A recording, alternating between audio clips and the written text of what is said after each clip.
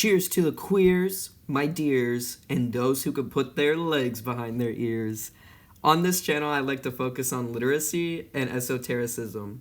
Today's video, building my camera with Lego and talking about God. Yes. No.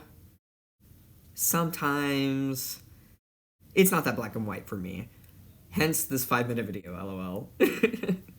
Keep watching to hear about how I view the gray area.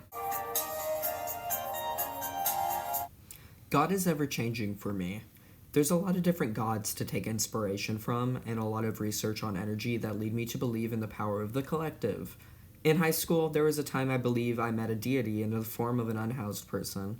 Whether I believe in this now or not is besides the point.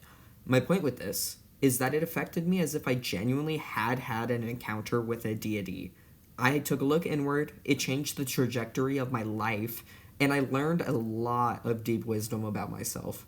Some of that wisdom ended up being a schizoaffective bipolar 1 diagnosis. This affects my relationship and views to God on the daily. It's a big reason I've learned to love thinking and talking about religion, so I would define God as a subjectively defined phenomenon. Okay, to break it down a bit, I believe the experience of God is an experience entirely dependent on what the experiencee ends up defining the phenomenon as. In that sense, I believe in God entirely. There is an unseen phenomenon that the collective of humanity describes in different ways through different languages, cultures, philosophies, and art. For the most part, God is a placeholder for a phenomenon we don't have words for. To be honest though, let's dive into a what if.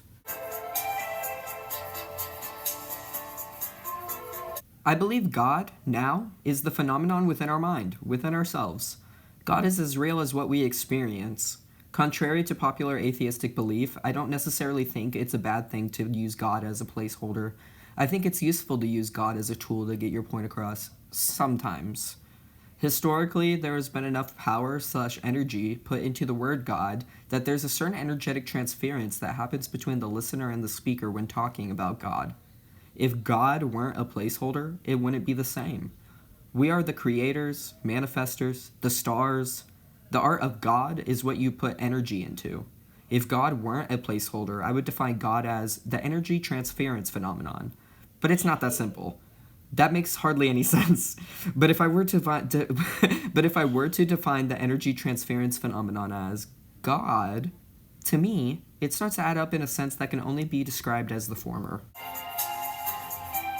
Nah, I don't believe God is divine because I don't believe God is a noun. Nor do I think God is a placeholder for something indefinitely good.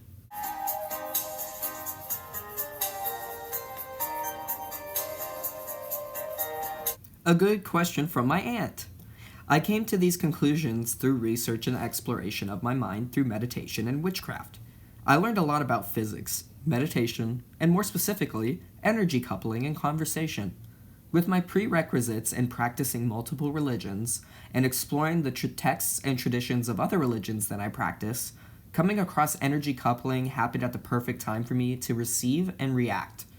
It happened while I was stoned out of my mind, with an open mind. I thought about it for weeks, and it came to fruition whilst watching the Midnight Gospel episode 3. Also while stoned out of my mind. Serendipity and habits are the factors at play. I have a daily habit, for the most part, of practicing, reading, and or thinking about my beliefs.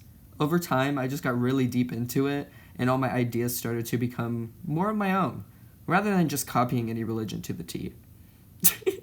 This reminds me of that episode in The Good Place, where the architect is talking about the only person in history to be almost completely right about the afterlife. He was just a stoner just talking about it while high. I ain't saying I'm right, I'm just saying I'm the type. In all, I believe in the power of the Word of God in any religion. That's really about it.